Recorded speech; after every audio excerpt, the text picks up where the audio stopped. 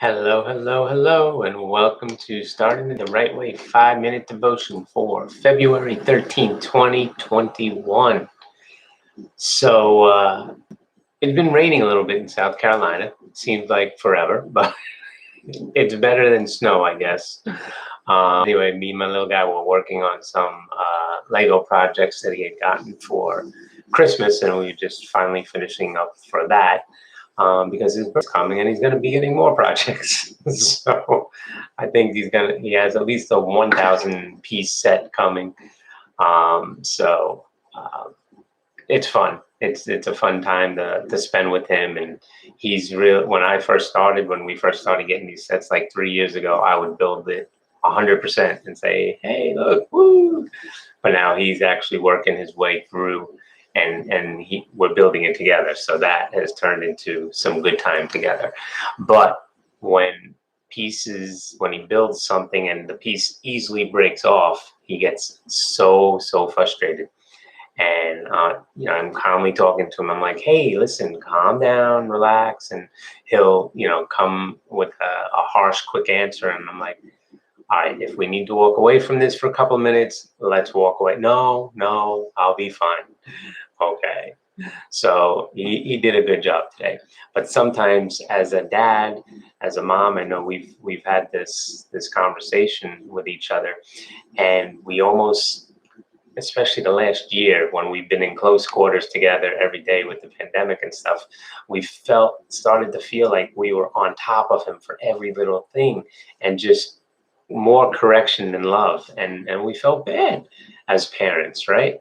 And then he would go on the outside and go to school 2 days, or we'd bring him this place and that place. Oh, how sweet he is, and he's such a wonderful boy. And the conversation between me and my wife goes, well, we'd much rather do the hard work at home and have manners and be a good boy on the outside. So that's what's happened. But this is the verse God led me to. And this verse can go, or has gone, in a couple of ways in past messages that I've heard it.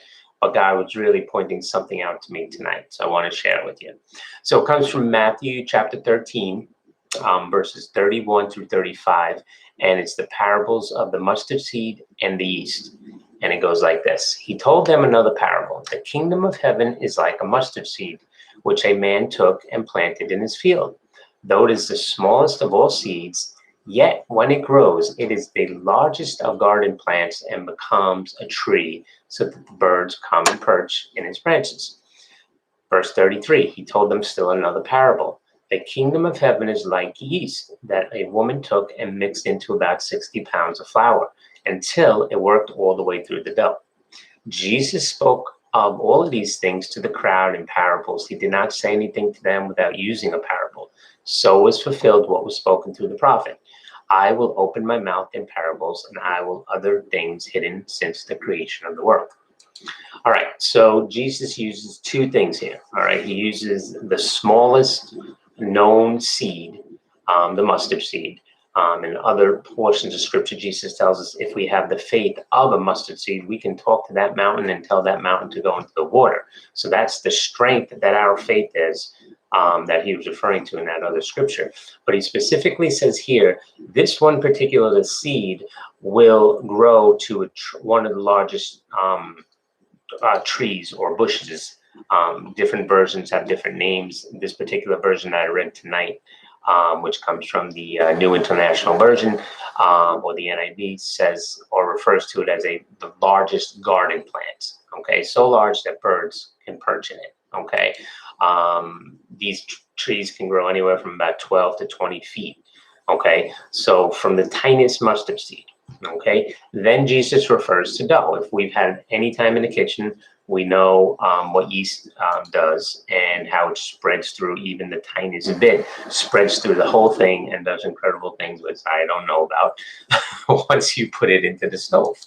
But I felt God pointing out to me tonight is that even with the mustard seed, how small it is, even with the yeast, how it spreads through all of the dough. Likewise, if we let things in that are not godly, even if the slightest bit, it can have the opposite effect on our spiritual growth and our spiritual life, right? Taking that second or third or fourth look lustfully at a man or a woman, fudging your taxes a little bit, taking home the paper clips from the office. I mean, you name the smallest possible thing that you could do.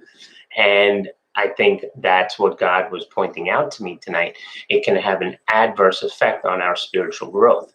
Okay, so we really need to protect our eye gates. We need to protect our ear gates. Okay, we got advertisements coming left and right. This year, I didn't watch much of the Super Bowl. I heard the halftime show was just a mess.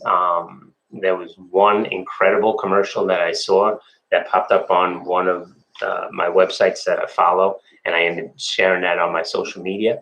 But I didn't, in past years, I would sit for 45 minutes and watch all the commercials. I didn't, because I felt like I needed to protect my eye gates. And that's just a personal thing on my part. You may not feel that way, and that's cool. But again, what I felt God pointing out to me was that we really got to guard our hearts. We got to guard our minds. We got to guard our eyes. We got to guard our ears. Okay. Any little thing that we allow in, that's Satan's game plan. That's been his game plan since the beginning of time. Surely, if you take a bite of this fruit, you won't die. Right? Just twisting it just a little bit. Okay. Take that second look. Take that third look. Right? It doesn't hurt to look. Right? It hurts to look. Believe me. Okay. All right. Dig into this. Hopefully this affects you as much as it did me. I enjoy the rest of the night, and we'll be back with you tomorrow. God bless.